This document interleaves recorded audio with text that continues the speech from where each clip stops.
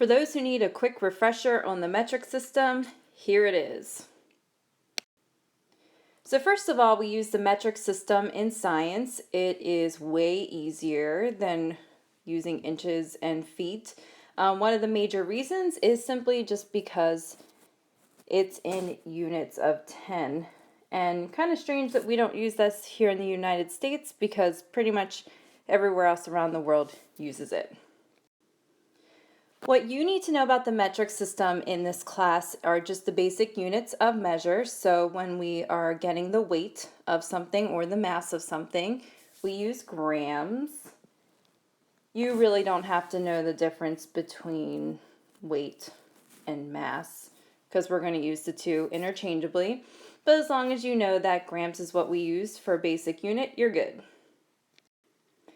For length, we use meters. Volume, liters. Now remember, volume definition is good to know, how much space something takes up. Temperature, we use degrees Celsius. So 0 is freezing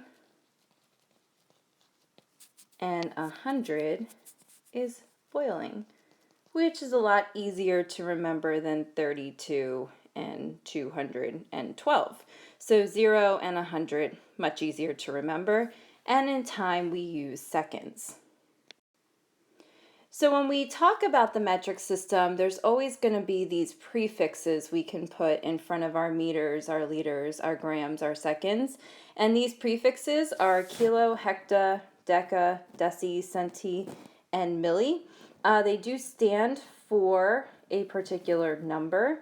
So kilo is 1,000, hecta is 100, and you'll notice that we lose a 0 as we work our way down, and that'll be significant when we do conversions. So on the next slide, there's just some practice with these prefixes and how we would this out. The one problem people run into is something down here with number 6 with decigrams. Make sure you use a lowercase d, not a capital D, because if you used a capital D, that would mean deca. And this is 1/10, and deca is 10. So it's really important that you are careful with that. Other than that, not really a problem. Kilograms, put the K in front of the G. Millimeters, put the M in front of the M, and so forth. So what we're going to do for the last 2 slides is just talk about metric conversions. You should know the order in which the prefixes go in. So one easy way to remember that is King Henry died belly up drinking chocolate milk, or whatever way helps you is perfectly fine. The BU standing for basic unit, and our basic units will be grams, liters, meters, and seconds. We do not use degrees Celsius when we're talking about metric conversions.